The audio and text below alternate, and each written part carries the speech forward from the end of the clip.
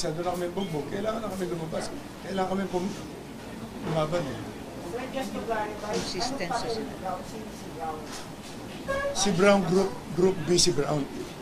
Sila talagang pareho sila na si Bisaya, kung saan, hindi ko, malalaman nyo rin in the future sa investigasyon kung anong papel ni Brown sa kanila.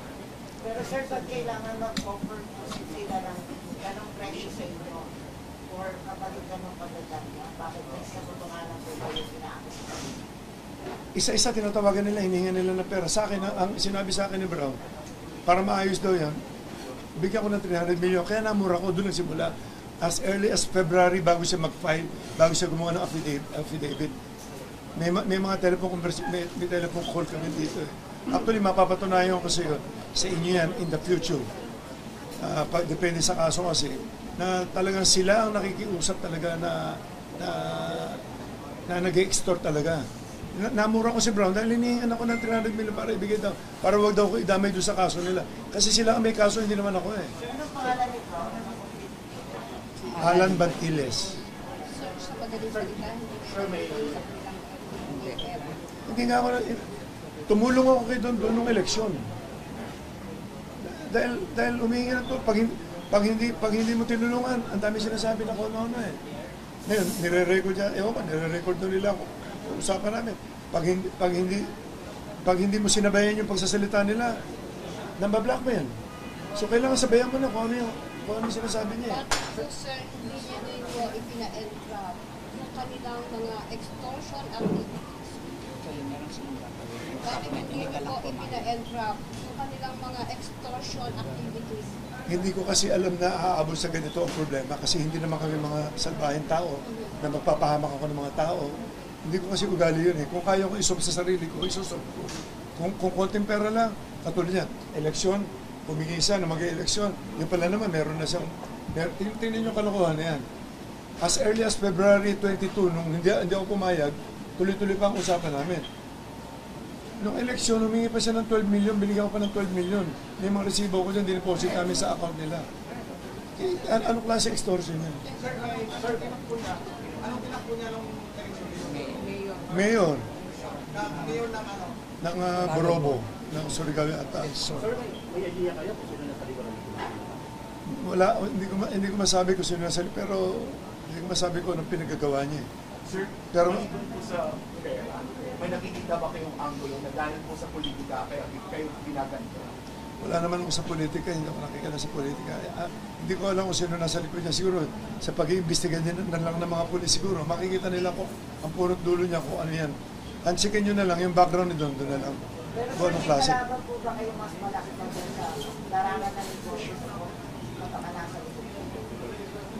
No comment ako niya sa ganyan sa negosyo kasi negosyo.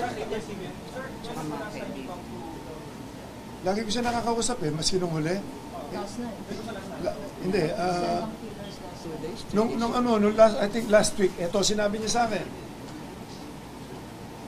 Tumawag si Brown, pagtawag ni Brown, sinabi niya, boss, gusto ko yung makausap ni Don kasi aalis na Ram. Mag-usap na lang kayo para makaalis siya kasi may inaayos na lang yung visa, no? Yung visa yata nung anak niya, yung bata. Tapos, ang sabi niya sa akin, sabi niya, boss, magandang hapon po. Sabi nun, namumupo naman siya. Sabi niya, gusto ko sana iligtas kayo pero yung mga kasama nyo, dapat isama ko sila.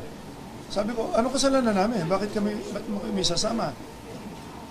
So medyo hindi maganda yung naging usapan. Sir, I was able to read your affidavit. Meron pong nakalagay doon na si Rogelio Barican nakipag-meet kay Don. Ang sinasabi po ni Rogelio Barican planning to assassinate you and rob yung mga properties. Okay, ganito yan. Nung nagtatago sila, okay, nakarating na sa akin yan, itong huli na lang eh. Pagka nakakainom kasi yan, ang dami masyadong kwento, ang dami mga pinaplano. Kaya si Don, paglasing niya, kung ano mga pinagsasabi niyan eh. Tapos, nasa isang meeting, nasa safe house sila na tinataguan nila, Bad ng Parañaque daw.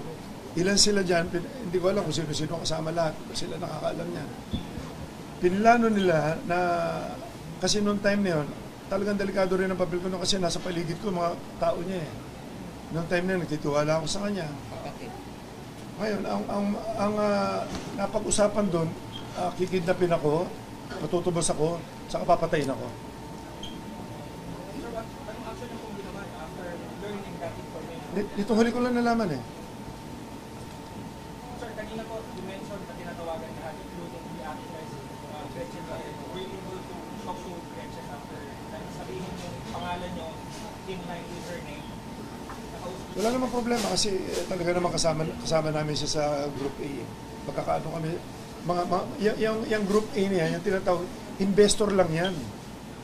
Walang kinalaman sa mga operasyon yan. May operasyon, naglalaban lang sila ng mga manok. Walang kinalaman. Yung sinasabi nila sila, Eric, ako, si Gretchen, si Gretchen, nakita nyo, bumibitaw lang ng manok kumisa-misa niya para sa marketing lang yan, para marami tumaya. Kapag sila Celso Salazar, ang negosyo niyan, poste. Ano wala masamang record yung tao.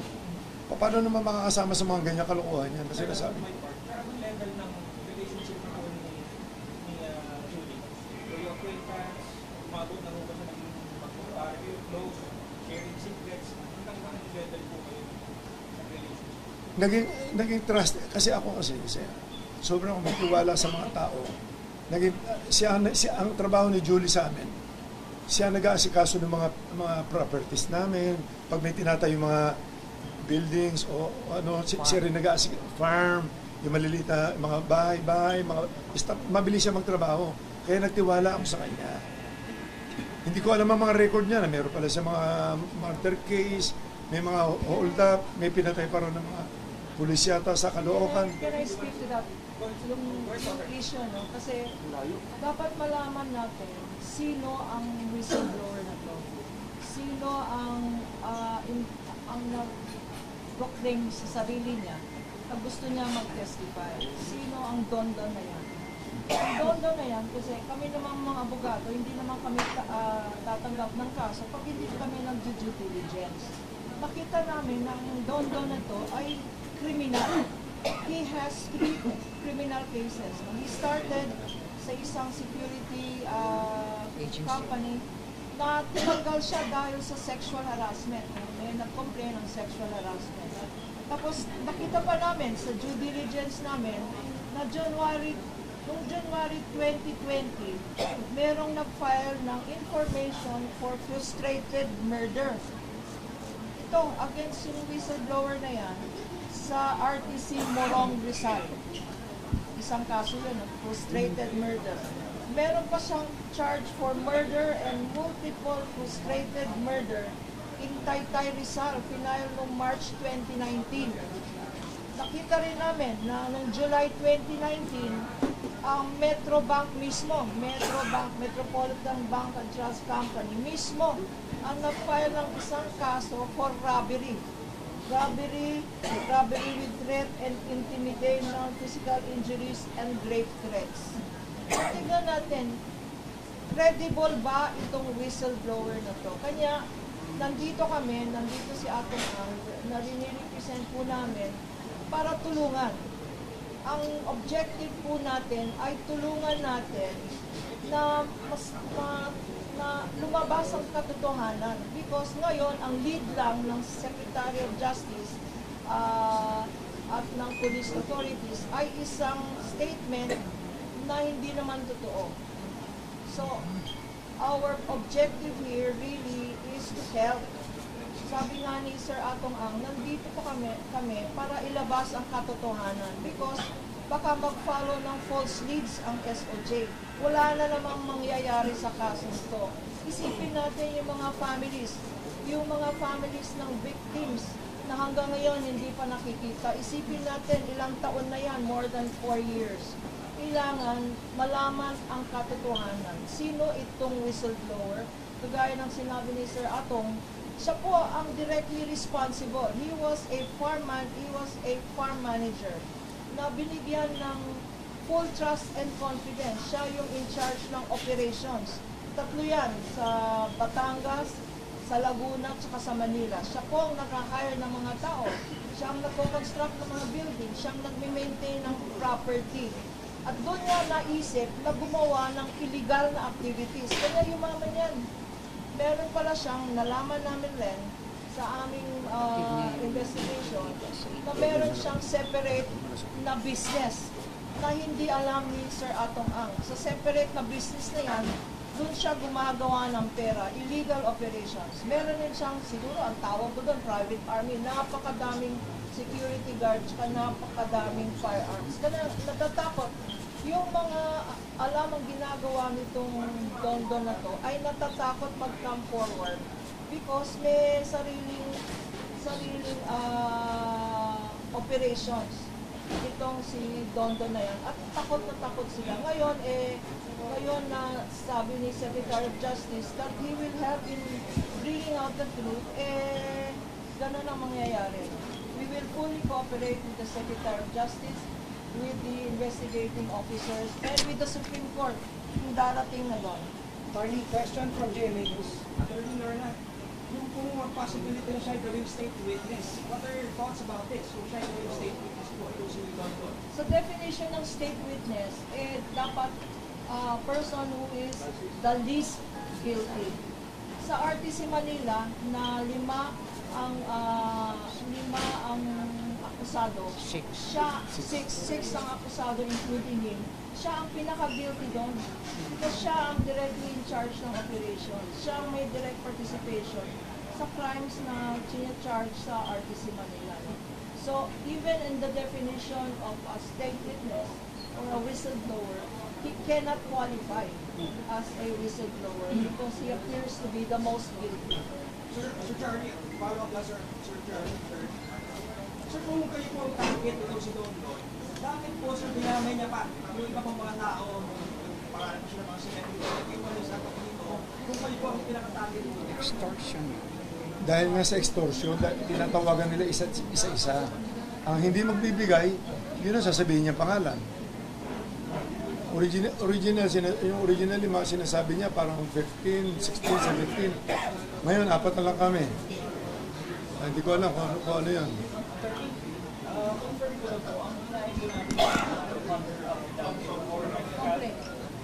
Lima ang final na complaints today.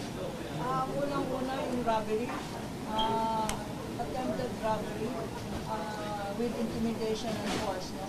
Ang pangalawa, meron tayong grave threats, meron tayong grave coercion, kasama dyan yung mga extortion, meron tayong slander, yung mga pinagsasabi niya na wala namang katotohanan sa media, destroying the character and reputation of innocent people. At panglima, meron tayong tinatawag na incriminating innocent persons. So, 5 ang final na kaso today sa prosecutor's office. Hey, Sir Charlie po. Sir, would you know po kung yung mga kasama niyo po sa grupo will also file case against this person? Well, magpa-file, I think lahat ng minention yung pangalan. Para nila Engineer Salazar, sila Mr. Eric De La Rosa, I think si Gretchen, magpa-file sila ng kaso siya. Sir, is your age? Sir, are you saying na kung mayroon man totoong may utang o may nalalaman dito sa kanya, siya yun, ang hindi kayo? Mayroon man nalalaman sa kanya, doon yun, at hindi kayo? Wala. Basta yung side namin, wala kaming nalalaman. Hindi ko alam si Julie, si Dondo, kung ano maging resulta ng investigasyon, wala akong masasabi dyan. Sir, that po from Boborago. Sir, hindi po kaya parang diversionary practice or yung Dondon na huwag siya at dito sa kaya kayo tinutulong. Well, ang basa ko sa kay Dondon, tingin ko talaga makitid ang utak niya eh. I think pera-pera lang talaga habol niya. Isipin mo sinasabi niya pati kagabi. Bigyan siya ng pera kasi tatakbo na raw. Baka akala niya, yung ginawa niya, pwede niya takbuhan ng bigla. Hindi ganun eh. Kasi sanay naman yata sa kumuha ng pera, tumakbo eh. Hindi ko alam ang background niya eh. Sir, tama po, yung sinabi niyo, after niya naglabas ng statement against him, hiningan kanya ng pera. Tama po. Since February pa. February pa siya humihingi. Nalaman ko na mayroon siyang affidavit na ganyan. Parang mga May yan eh.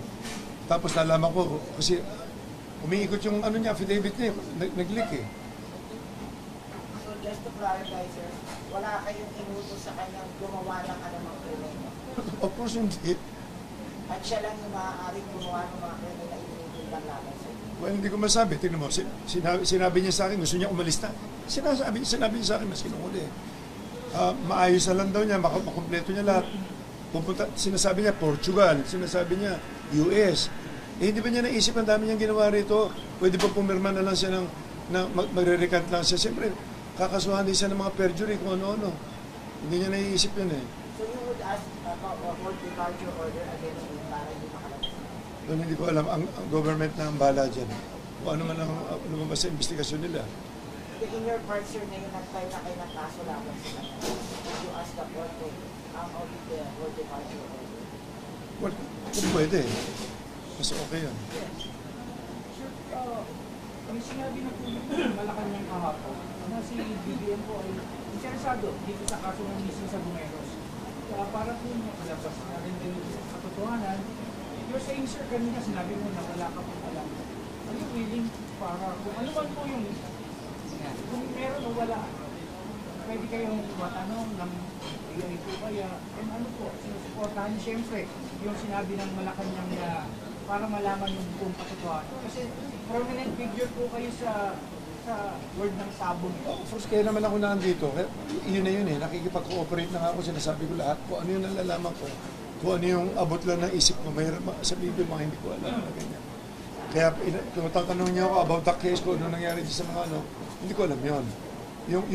Yung nalalaman, nalalaman ko, wala kami, so sabihin ko, tama naman yung sinabi ng ating presidente na kailangan malaman ng katotohanan. Kaya lumabas na ako kasi kung lagi pakikinggan siya lang siya, eh baka lahat kami guilty na.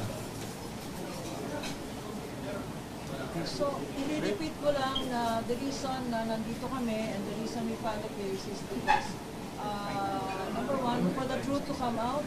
Number two, to affirm that Atong Ang and the members of this the investors group are willing to cooperate with government. Government that includes the President, that includes the Supreme Court, and it includes the Secretary of Justice and all the personnel.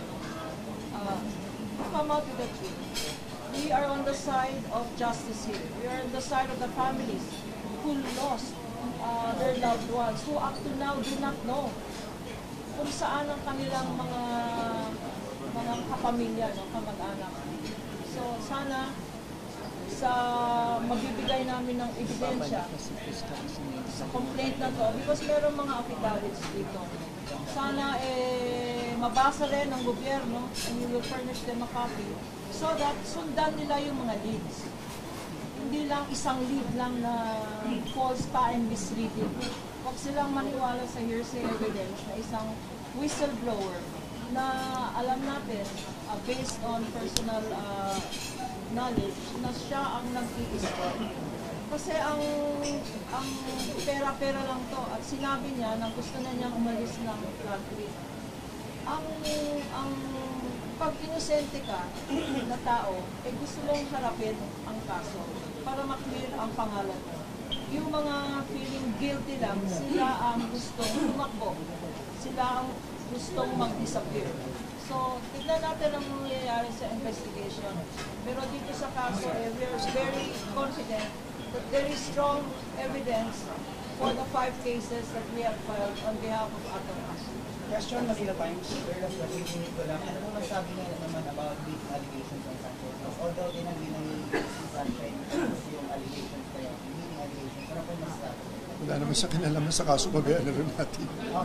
Sir, just to clarify, may dumating po ba sa inyo isa sa kapamilya yung pangatang sinasabi na matay yung kanilang kamag-anak? Parang may nagtaklola sa inyo. Wala akong matatama. Sir, GMA Public Affairs, ano po ang gagawin ninyong sakaling gawin yung mga kaan para manawawin sa buhay? Well, yun nga lang, kaya naman nandito na ako para matulungan na rin.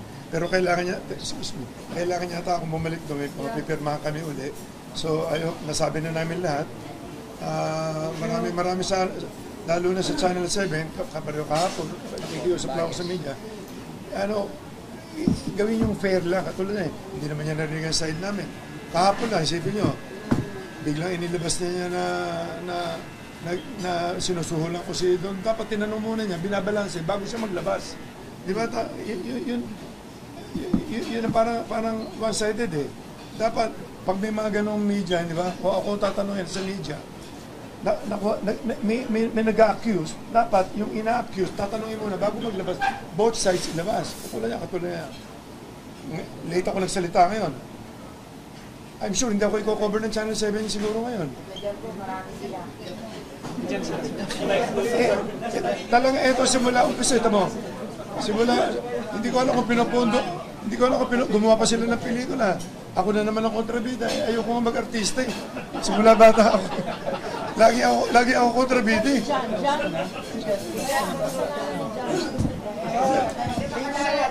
Bakit sila sa bakit sila pa yung kaso? Bakit hindi pa sa Bakit po sa Taga-Mandaluyong pa.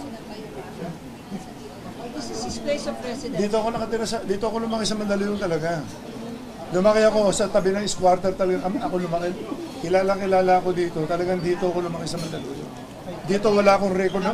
Maski magtanong kayo rito, dito ako simula 3 years old, 4 years old, kaya tayo.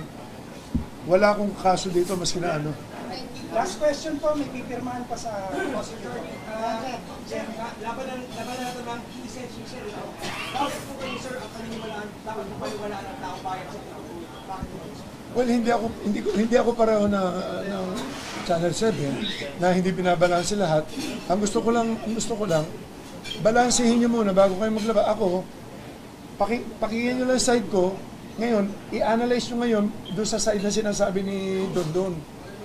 Number 1, tignan niyo pagkatao niya, pagkatao ko, pagkatao namin lahat. Wala naman kaming history na pumapatay ng tao. Di ba? Paano mangyayari yan? So, balansehin lang natin. Kasi labas tayo ng labas na para mapanood lang, ilalabas natin araw-araw, nilalabas natin si Don, series pa. Di ba? E paano na kami, pag sasalita kami, hindi naman ilalabas ang totoo. Ngayon, nandito kayo lahat, kayo na mag-analyze. Nagsisinungaling ba mukha ako? Hindi, sabi ko lahat ang totoo. At sa punto po ito, sir, for sure, nakikinig po at nanonood si Don, pati Dongan. Ano pong gusto nyo direktamente sabihin sa akin? Well, yun ang sabi ko na, Don, mag-isip ka doon. Kung ano man ang mga, huwag ka na magsinungaling. Tinuri kita parang anak ko eh. Hindi ko alam na ganyan ka kasama. Pati ako, papatayin mo pa, kikidnapin mo pa ako. Yun lang, ganun lang kasimple. Kailangan ko ng proteksyon na ng sarili ko na. Tsaka ang grupo namin, kawawa na kayo masyado. Yun lang. Maraming salamat. Thank you. Maraming salamat. May snack ko, may pagkain tayo dyan. Kain lang kayo lahat dyan, ha? Tapos bayaran nyo na. Okay na bayaran nyo.